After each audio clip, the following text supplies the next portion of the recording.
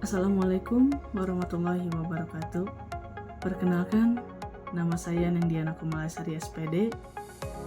Saya adalah pembimbing literasi dari SDN Dangdang 2, Kecamatan Kertasari, Kabupaten Bandung.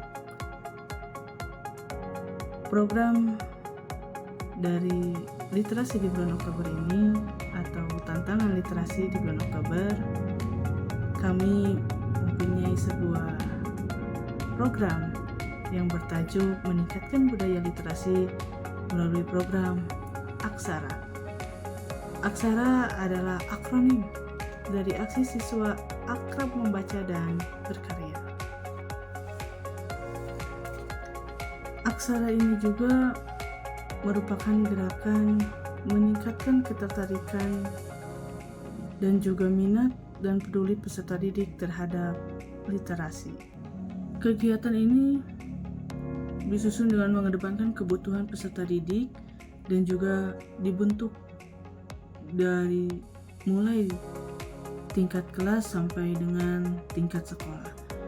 Dan semua peserta diberi kebebasan untuk berpendapat, untuk menyampaikan ide mereka, gagasannya, ataupun pandangan mereka terhadap program yang kami buat, yaitu Aksara. Lalu yang melatar belakangi program dari Aksara ini, yang pertama adalah pentingnya literasi bagi peserta didik, baik di tingkat rendah maupun di tingkat tinggi. Kemampuan literasi yang rendah, budaya literasinya juga rendah, juga perlu adanya gerakan inovasi dari kami. Lalu yang kedua, murid belum pernah dilibatkan dalam penyusunan program, sehingga kepemimpinan murid tidak berkembang. Nah, ketika kepemimpinan murid tidak berkembang, akibatnya kepemimpinan murid seperti voice, choice, ownership mereka tidak berkembang. Padahal kepemimpinan murid sangat erat kaitannya dengan pembentukan profil pelajar Pancasila sebagai tujuan pendidikan nasional. Lalu, apa sih tujuan dari program Aksara ini? Di sini saya ada dua tujuan yang dibuat. Yang pertama, tujuannya untuk membentuk anak-anak yang peduli dan giat terliterasi sehingga dapat meningkatkan budaya literasi sekolah dan kemampuan literasinya jauh lebih meningkat. Yang kedua, mempromosikan kepemimpinan murid dalam rangka menguatkan profil pelajar Pancasila serta meningkatkan kreativitas siswa terhadap hasil baca. Standar operasional, prosedur atau SOP dari program Aksara ini, yang pertama, kami melakukan konsultasi dan juga koordinasi kepada kepala sekolah dan juga teman sejawat untuk rencana pembentukan program dari inovasi Aksara ini dan juga mensosialisasikannya. Lalu yang kedua, kami melakukan pembentukan tim inovasi Aksara bukan hanya di tingkat kelas tapi juga di tingkat sekolah. Lalu yang ketiga, kami merencanakan program dari inovasi Aksara ini dengan mengedepankan kebutuhan dari setiap peserta didik. Dan yang terakhir, kami melaksanakan program dari Aksara ini dengan penuh dengan perencanaan, lalu evaluasi dan pengembangan yang akan kami lakukan. Itu adalah keempat SOP yang akan kami laksanakan dalam program inovasi Aksara. Dalam pembentukan program inovasi Aksara ini, kita juga perlu untuk memperhatikan prinsip pengembangan kepemimpinan murid. Di sini, guru-guru bisa melakukan sebuah diskusi untuk menyamakan persepsi tentang literasi, lingkup literasi, dan kegiatan yang berkaitan dengan literasi. Lalu setelah program dan juga tim kami buat, kami menyerahkan seluruh kegiatan ini kepada siswa untuk mereka mampu berinovasi dan juga bisa mengembangkan bakat-bakat mereka melalui literasi ini.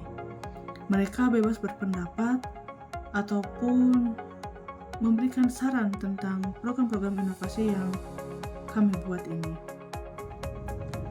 Capaian dari program Aksara ini sendiri, kami mempunyai 4 target. Yang pertama adalah terbentuknya ketertarikan dan kepedulian anak-anak terhadap literasi. Lalu tersusunnya dan terlaksananya program dari Aksara ini. Dan yang ketiga, meningkatkan kemampuan literasi dan budaya literasi sekolah. Dan yang terakhir, capaian yang kami targetkan adalah kepemimpinan murid yang berkembang, baik dalam suara, pilihan, dan juga kepemilikan murid. Selanjutnya kami melaksanakan program-program yang sudah disusun dalam program inovasi Aksara. Program yang sudah kami susun diantaranya untuk kelas 1 dan juga kelas 2, di mana program membacanya adalah nyaring dan membaca bersama.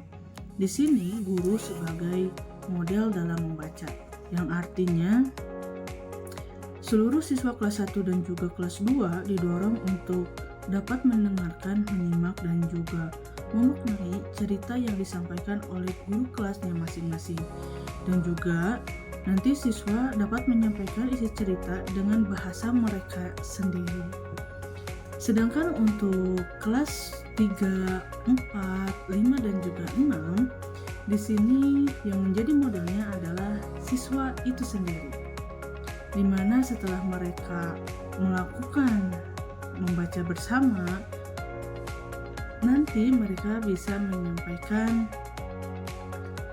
cerita yang sudah mereka baca dalam bentuk gambar, tulisan, ataupun dengan lisannya mereka sendiri. Jadi program ini ada 2 program yang mungkin membedakan adalah modelnya. Kalau untuk kelas 1 dan kelas 2 modelnya adalah guru, sedangkan untuk kelas 3, 4, 5, dan 6 modelnya adalah siswa itu sendiri.